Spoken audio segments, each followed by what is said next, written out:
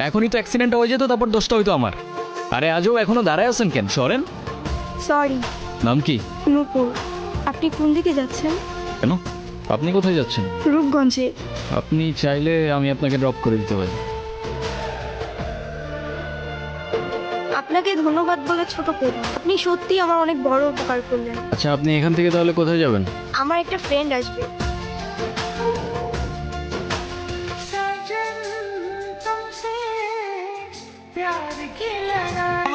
দেখলাম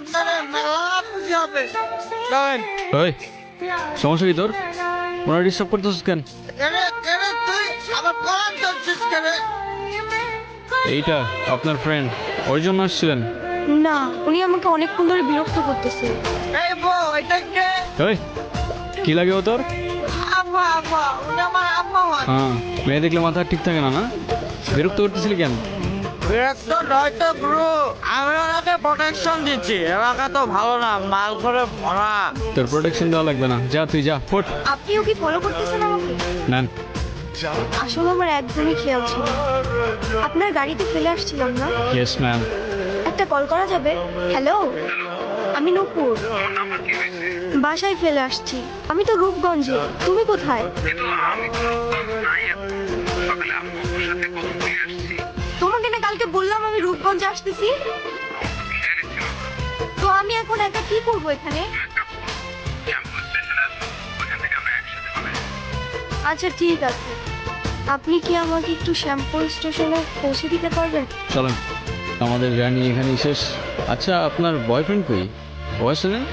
আসছে হয়তো। আচ্ছা, আপনার ফোনটা একটু দেন তো। কি হয়েছে, তুমি কল ধরতেছো না কেন? আমি স্টেশনে এসে দাঁড়ায় আছি, তুমি কই? কি হয়েছে?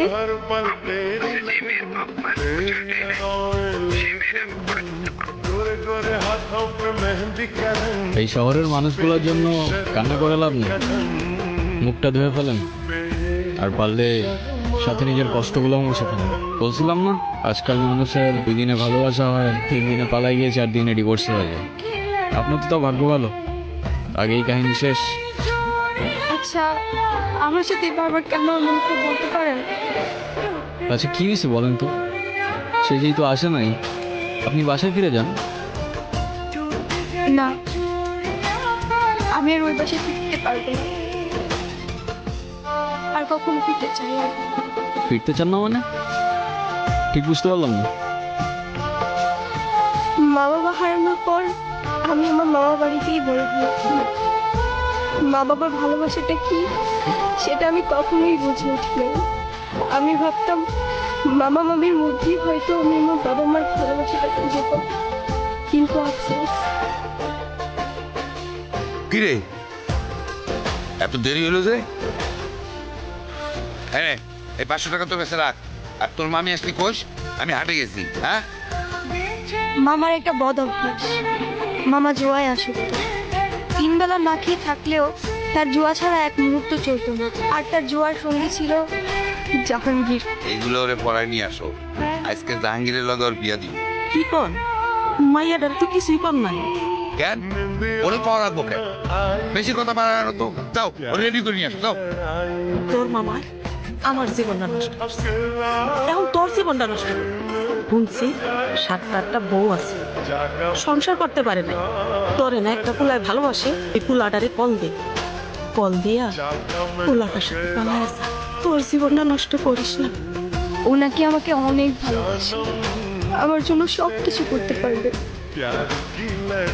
ওর কথাগুলো শুনলে মনে হতো পৃথিবীতে অন্তত কেউ একজন আছে যে আমাকে সত্যিকারের ভালোবাসে। আর যখন তাদের দায়িত্বটা পড়লো, সেই ভালোবাসা জানালা দিয়ে পালাই গেল, তাই তো? আমি তোমাকে ভালোবাসি।